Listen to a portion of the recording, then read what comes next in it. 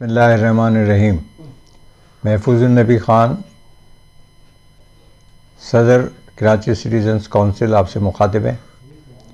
आज हम जिस कर्ब से गुज़र रहे हैं, शहर कायद के बासी, कराची की मेन शारा अहमद जिना रोड पर वाक़े गुल प्लाज़ा आतिश ज़दगी की जद में आकर मुनहदम हो चुका है और एक बड़ी तादाद में लोग इस साने की वजह से लुक़्मा अजल बन चुके हैं। जो दीगर जायदाद और माली नुकसान है वो इसके अलावा है, जिसका कोई अभी तखमीना लगाया जाना फौरी तौर पर मुमकिन नहीं है। जो जानी नुकसान इसमें हुआ है उसकी भी तलाफ़ी मुमकिन नहीं है। इस सिलसिले में सिंध के वज़ीर आला ने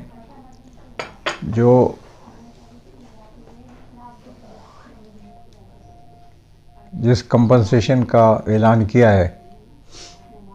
वो कंपनसेशन भी इन जानों की तलाफ़ी नहीं कर सकता। अगर हम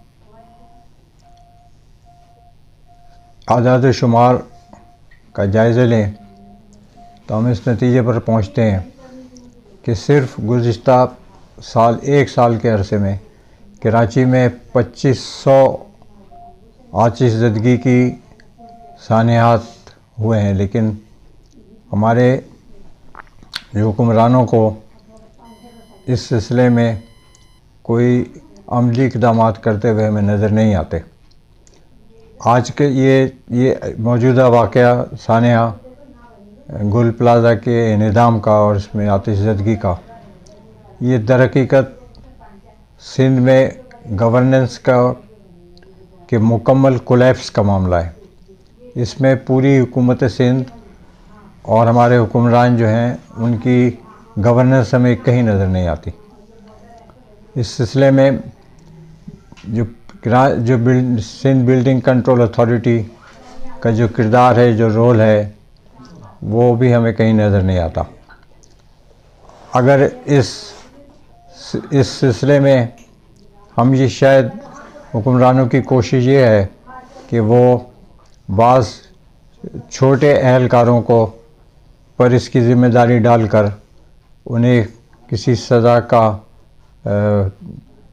उनको कोई सज़ा दें, तो वो यकीनन इसका हल नहीं है। मसला ये है कि ये टॉप से करप्शन का मामला है, जो टॉप से करप्शन हो रही है। अगर हमने इसमें जो ऊपर की सतह से जो करप्शन है, अगर हमने उन लोगों को एहतसाब के कटहरे में ना लाए तो यकीनन न सिर्फ ये इस तरह के सानियात जो हैं वो इस शहर कायद में रूनुमा होते रहेंगे। मैंने फरवरी 2024 में आम इंतखाबात से कुछ दिन कबल उस वक्त के निगरान वज़ीर आला जनाब जस्टिस मकबूल बाकर को एक याददाश्त पेश की थी, जिसमें मैंने सिंध बिल्डिंग कंट्रोल अथॉरिटी जो बिल्डिंग कोड के ज़रिए नक्शे मंजूर कर रही है और जिस बिल्डिंग कोड का निफाज उन्होंने अपने क़वाइद में शामिल किया हुआ है, उसकी जानिब उसकी जानिब दिलाते हुए मैंने उन्हें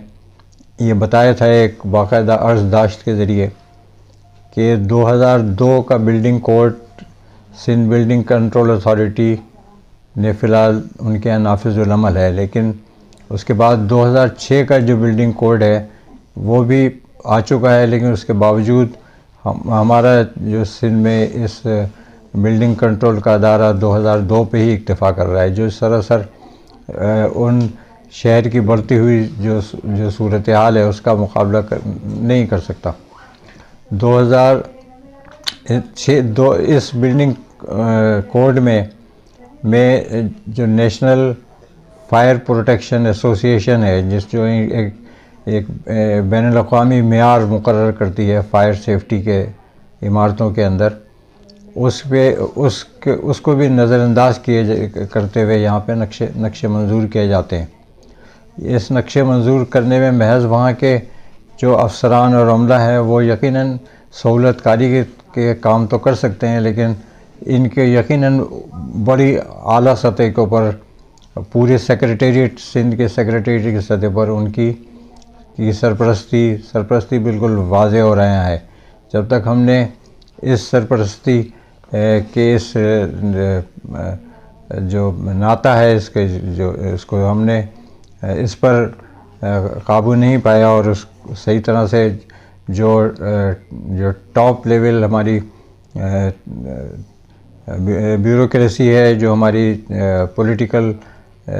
हमारी जो कैबिनेट है सिंध की, अगर इस सिलसिले में हमने उनको का एहतसाब नहीं किया तो ये सारा हमारा जो मामला है इस तरह के मामलात को रोकने में नाकाम हो जाएगा। ये मैं आपके सामने वो अर्ज़दाश्त आपके सामने देख रहा हूँ जिसके ऊपर उस वक्त के निगरां वज़ीर आला का डायरेक्टिव मौजूद है और इस डायरेक्टिव में उन्होंने सिंध लोकल गवर्नमेंट डिपार्टमेंट को ये कहा था कि ये सिंध बिल्डिंग कंट्रोल के हवाले से आप इसका जायज़ा लें और इसके ऊपर अमल दरामद करें। लेकिन बदकिस्मती ये थी कि 2-3 दिन के बाद निगरां वज़ीर आला का टेन्योर पूरा हो गया और वो फिर निगरां वज़ीर आला चूँकि अपने मनसब पर मौजूद न थे तो उसका फ़ायदा उठाते हुए गालिबन जो सिंध लोकल गवर्नमेंट डिपार्टमेंट है उसने इसको सर्द खाने में डाल दिया। इसके बावजूद कि मैंने कोशिश की कि उसके सिंध के लोकल गवर्नमेंट डिपार्टमेंट के जो सरबराह हैं एडिशनल चीफ सेक्रेटरी, उनसे मुलाकात करके उनकी तवज्जो दिलाऊं कि इसके ऊपर वो इसके मेरी अर्ज़दाश्त का, इस गुजारिशात का जायज़ा लें और अगर इसमें जो चीज़ें काबिल अमल हैं उस पर अमल दरामद कराया जाए। लेकिन मैं इसमें कामयाब नहीं, इसमें जो वहाँ की ब्यूरोक्रेसी है उसकी सर्द मोहरी की वजह से मैं इसमें कामयाब नहीं हो सका। मुझे महसूस हुआ कि शायद जानबूझकर सिंध हुकूमत सिंध का लोकल गवर्नमेंट का डिपार्टमेंट जो है वो किसी ऐसी बात पर अमल दरामद के लिए तैयार नहीं है कि जिसके ज़रिए कराची के में हालात को बेहतर किया जा सकता है। ख़ास तौर पर हमारे जो इमारतें तामीर हो रही हैं उन इमारतों की तामीर में बिल्डिंग कोड और नेशनल फायर सेफ्टी और प्रोटेक्शन की जो क़वाइद हैं उनको बरूए कार ला सके। और ये सारा ऐसा लगता है कि शायद ये एक विलफुली हो रहा है, ये मामला को जानबूझ कर किए जा रहे हैं। अब इसका हल सिर्फ यही है कि कराची के शहरी ख़ुद उठ खड़े हों और इस सिलसिले में इनका कड़ा एहतसाब किया जाए। आप